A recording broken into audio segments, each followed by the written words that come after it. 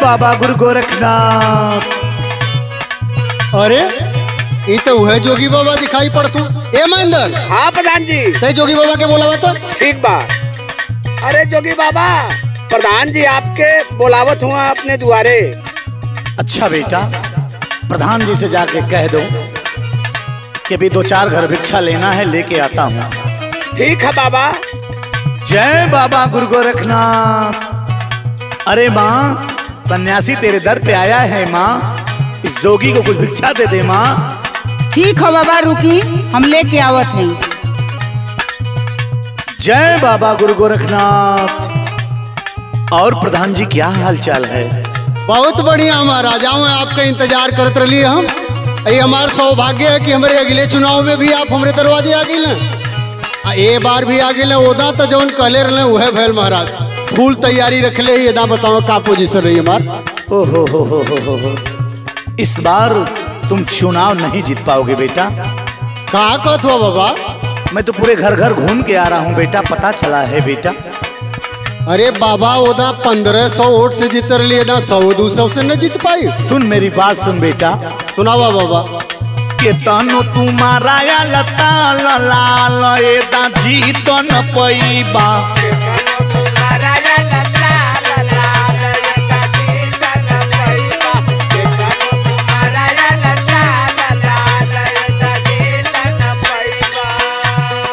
जीतन पैबा हो, जीतन पैबा।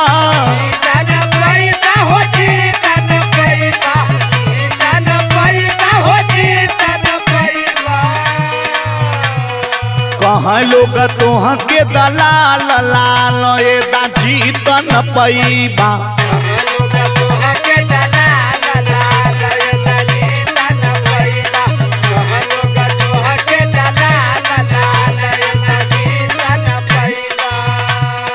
समझ गई महाराज, कौनो विरोधीन के घरे तू चल गए लोगा।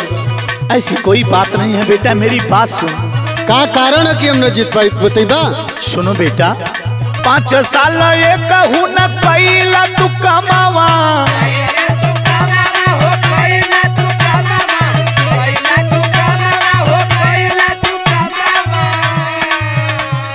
सागरों से लूट के जुटाई लिहला धनवा।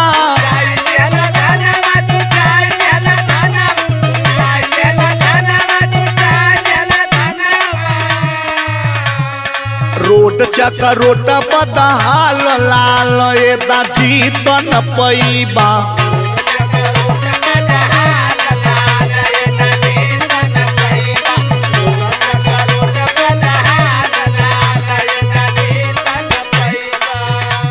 कली ने बाबा कौनो विरोधी तुम्हें भर देले हुआ। अरे पानी की तरह रुपया चुनाव में खर्च भयल, 4 पैसा बचा ले ली तब काम न कैली। आपके मालूम है मामूली आवास हम गांव में बटले है। ओहो, वही तो बात है बेटा। सुन, चिन्ही चिन्ही आदम इनके दिहला आवास हो।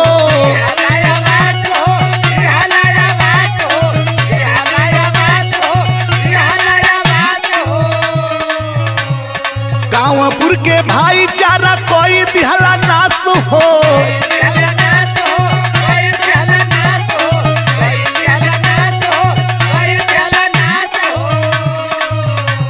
और बेटा क्या किया है बताऊं?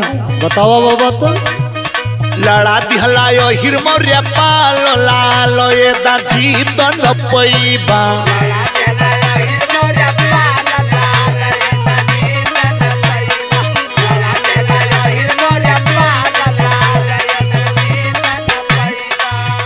समझ गईली, यही कोयरी गडेरिन के हमारे गांव वालन के चक्कर में पड़ल हुआ बाबा। एलाने के उम्मीद पर हम चुनाव लड़ती है। हरिजन हमारे संगे हुआ, फिर चुनाव हमें जीता, भले 100-2 वोट से जीता। बस्ती में भी मैं गया था बेटा, सुन मेरी बात।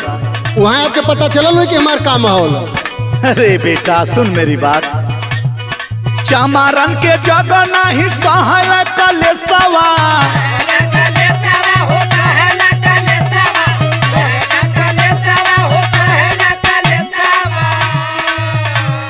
सात बीघा में हरी के लिखला जियसवा।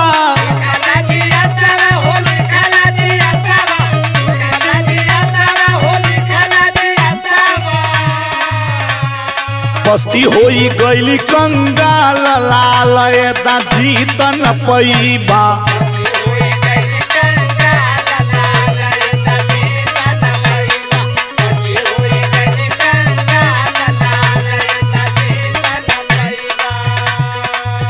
एकर मतलब बाबा आपके बतौले के हिसाब से हर बिरादरी हमारे खिलाफ का।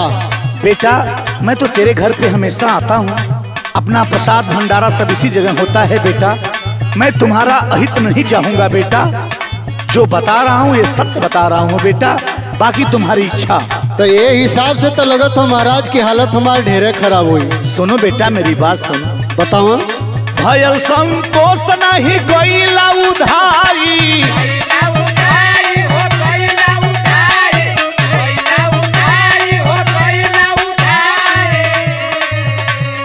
बन के प्रधान खूब कैला ढिठाई।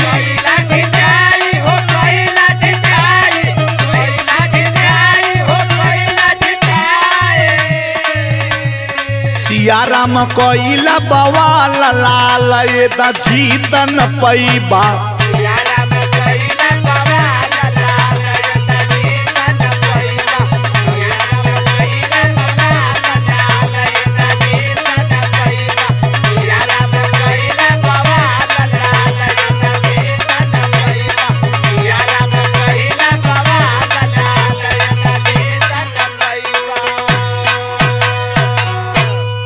मेरी बात समझ में आई बेटा?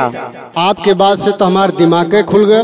अब हम चुनाव न लड़, 5 साल पब्लिक के सेवा करब, जो गांव वासिन का हक है वो हम वापस कर दें। बाबा गुरु गोरखनाथ तेरा भी कल्याण करें बेटा। अगर ऐसा करता है तो अगली बार तू ही प्रधान होगा।